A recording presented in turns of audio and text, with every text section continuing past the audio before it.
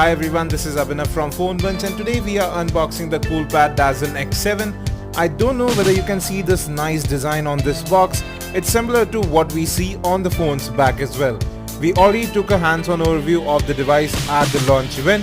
Now this comes with a 5.2-inch 1080p Super AMOLED display. You have a MediaTek MT6595 octa-core processor, 2 gigs of RAM, 16 gigs of storage which you can expand with a micro SD card. This is a 4G LTE device, supports both FDD LTE and EDD LTE bands of India. So let's open up the box to see what exactly we get inside. Now the major focus here is on the camera. You have a 13 megapixel rear camera with optical image stabilization. So you can see right there, that's a Coolpad dazen X7 which will be coming to Snapdeal for Rs 18,000 come June 9. The box has very nice construction. You can see that it's made of plastic here. You have a SIM ejector tool there. Now this phone is made up of glass and metal completely. Very nice build. You have a 1 amp charger and the micro USB data syncing and charging cable over here. There's strangely no documentation over here. You might get that in the retail box. This is a review unit. So folks, this is the new Coolpad dazen X7. We already have an unboxing of the dazen 1, the budget oriented 4G LTE device. You can have a look at that. 5.2 inches of gorgeous Super AMOLED display. On the right you have the power lock and unlock button as well as the SIM card slots. Now in the hands-on overview I said that the buttons didn't have good travel, and that's not the case with this review unit.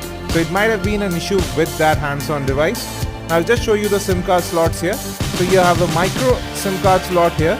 You can see that right up top. Now this is a dual SIM device, but the second SIM card slot is a nano SIM card slot. And it's a hybrid one. So you can either use a nano SIM or you can expand storage up to 32 gigs with a micro SD card. So it's your choice on that front. At the top, 3.5 audio jack, secondary noise cancellation mic. You can see those bands to retain network connectivity. Complete metal construction over here. Front and back are Corning Gorilla Glass. You have the volume rocker again on the left, and you can see this quite raised, has very good feedback, unlike the one that we had at the launch event. And you can see it right here, you have the speakerphone at the bottom, microphone right there and the micro USB port. Now here the design issues still remain. Those look a bit ugly there. Now let me just remove this plastic sheet. So you have a screen guard pre-applied on the back cover. Very nice to see that, really. And you have that very striking design at the back. I don't know whether you can see that or not. You have a 13 megapixel rear camera, Sony IMX214 sensor, dual tone LED flash and complete glass back over here. Excellent solid construction over here. This phone weighs in at about 141 grams and is just 6.5 mm thick. And even with that, there's a 2700 milliamp hour non-removable battery on the inside. Now we started booting up the device. You can see the Coolpad and Android logos. Let's talk about the front. So you have a 5 megapixel camera right up top, proximity and light sensors. You have a notification LED right up top as well. And you have on-screen buttons on the device. A 5.2-inch Full HD 1080p Super AMOLED display, again a first in this price bracket. So Cool UI has booted up. I'll come back after setting it up. So folks, here's the default launcher we have booted here. You can see that rock wallpaper functionality. It changes wallpapers, it adds effects to wallpapers. If you just shake the phone, you have a notification quick toggles right up top. It's very reminiscent of MIUI. And right after the first boot, you can see we have about 1.3 gigs of RAM free right now out of the 2 gig RAM available on the device. There is no separate app drawer. All apps are present in folders or different home screens. And we are running Android 4.4.2 on the device with Cool UI 6 on top. So even in terms of KitKat, we are a version behind. 16 gigs of storage, out of which about 12 gigs is available. You can change the default storage location. So I believe apps should be movable to the external SD card. USB OTG is also supported on the device. We checked that out at the hands-on from the event. You can see it right there. I'll play a 1080p video for you. You can skip between the tracks, increase, decrease volume and brightness. Now the speakerphone here is very loud. There is no distortion at full volume as well, but we'll definitely check out in greater detail.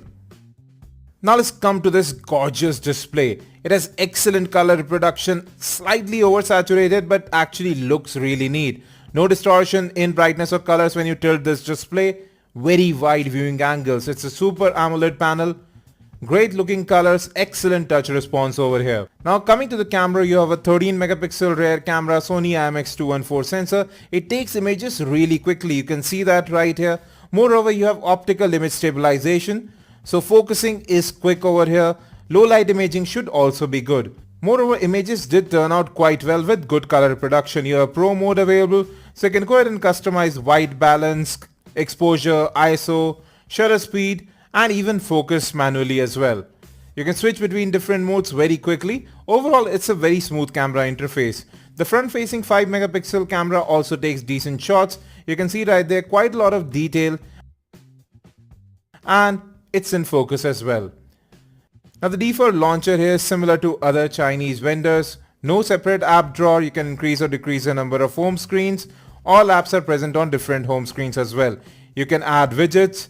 Here's your task manager. You can kill all tasks readily as well. And here there's something new. You have some quick toggles available here. Moreover, you can increase or decrease brightness from here too. Not that useful, a bit redundant as well. Now you can completely hide the navigation tray and just swipe from the bottom to bring it up again. Swipe from the top to bring your notifications as well as quick toggles. You can even arrange their position. Now there are some gestures baked in as well. You have double tap to wake. I'll just show that to you, and actually works very fine. Moreover, you can go ahead and draw several characters to open up different apps. And then there's multi-window or dual window, whatever you want to call it. You can use two apps at the same time. Coming to web browsing, it's pretty smooth. I tested out PhoneMunch and a few other websites as well. You can see right here, text and images do take slightly longer to render, but scrolling is very smooth as is pinch to zoom. Touch response from this display is truly excellent. Very smooth web browsing over here. Even in terms of general usage as well as touch response, this phone doesn't falter. You can see right there, every touch is recognized. Apps open up at the blink of an eye as if they were loaded in the background. So this phone actually performs quite well with the MT6595 octa-core CPU. Moreover, RAM management seems to be pretty good even after opening so many apps. If I just go back to Chrome, you can see it's not reloaded. So multitasking seems fine. Overall performance is very slick on this device. Well folks, that was our unboxing and quick hands-on overview of the Coolpad dazen X7. Price at rupees 18,000. It might seem a bit premium, but given the great build quality of the device, 2700 mAh battery on the inside, even with such a thin 6.5mm profile, complete glass and metal construction, a super AMOLED display, moreover you have a camera with optical image stabilization, well, the pricing seems just about right. Yes, there are a few issues with design over here. The chamfered edges do feel slightly sharp. The buttons however have no issues at all. So we'll definitely check out how this phone performs in day-to-day usage. We're going to check out its camera as well and see if it's worth the price. Stay tuned to phonebunch.com for the latest in mobile technology. We will be back with more on the dazen X7. If you have any particular questions about this device so that we can include them in the review, please mention those. Do hit that like and subscribe button. Thanks for watching, and as always, have a great day.